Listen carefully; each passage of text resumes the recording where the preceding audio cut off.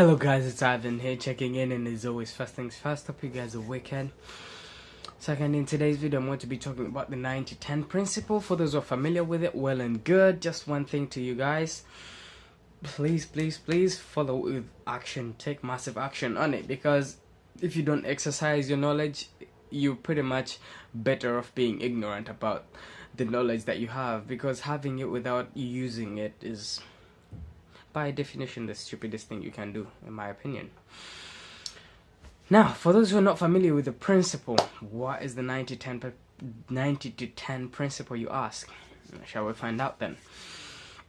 Basically, if you, at the very basic level, if you think about life on a 100% scale, the 10% is the answer, and the random things that you cannot control about life, the random things that life throws at you, whether that be getting into an accident, whether that be someone that you know was very good at heart and meant well dying very young, or a terrible person getting their way, you know, stealing or killing someone and getting away with it, you know, all of these things.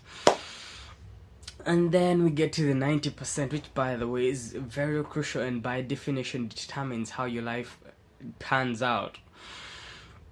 Because obviously, to every action, like Newton's third law, to every action there's an equal but opposite reaction, right? That's how the world works. Karma, whether you believe in God or you don't believe in God or you're not religious, at least you understand the concept of karma, that what goes around often comes around. If you steal and you think you got away with it, think again. You'll have to pay for that sooner or later.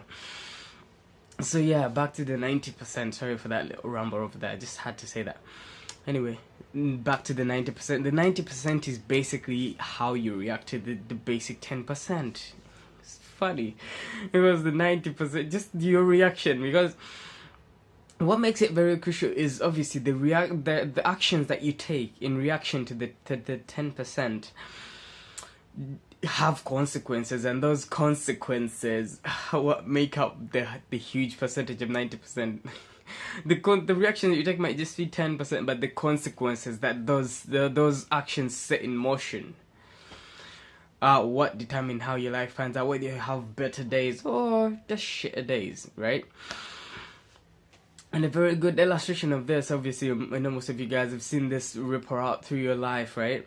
When you did something very small, very stupid, but then it panned out to be something, it turns out, you know, backfired with huge consequences and whatnot.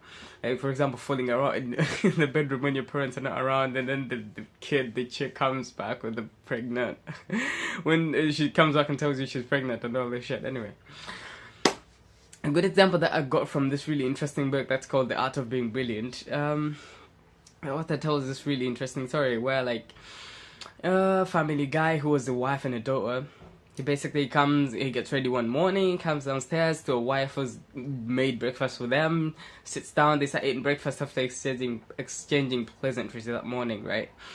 So you know how children are.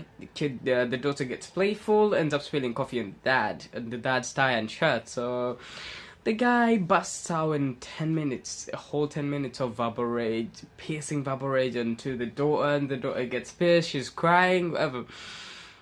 She stops eating breakfast, she hasn't finished, she's crying, whatever. It's a mess. So if you think about the guy, maybe had 30 minutes to take the daughter to eat breakfast, take the daughter to school, and then drive to work. He ends up wasting about all of the 30 or maybe 25 minutes to the whole 10 minutes verbally assassinating the child. Another, I don't know, 5 minutes finishing his breakfast and getting the child to finish the breakfast as well. Her mom getting the mom of the daughter or his wife getting the child, you know, to finish her breakfast, and then he has to go upstairs and change. He has to drive the daughter to school. They get there late, and he has to get to work. By the time he gets to work, he's 30 minutes late. He has a presentation that morning. You can guess how the presentation went. Pretty bad. At the end of the day, he had a bad day. He comes home to an angry child and an angry wife. He has to make apologies, and you can almost bet he's not getting laid that night, right?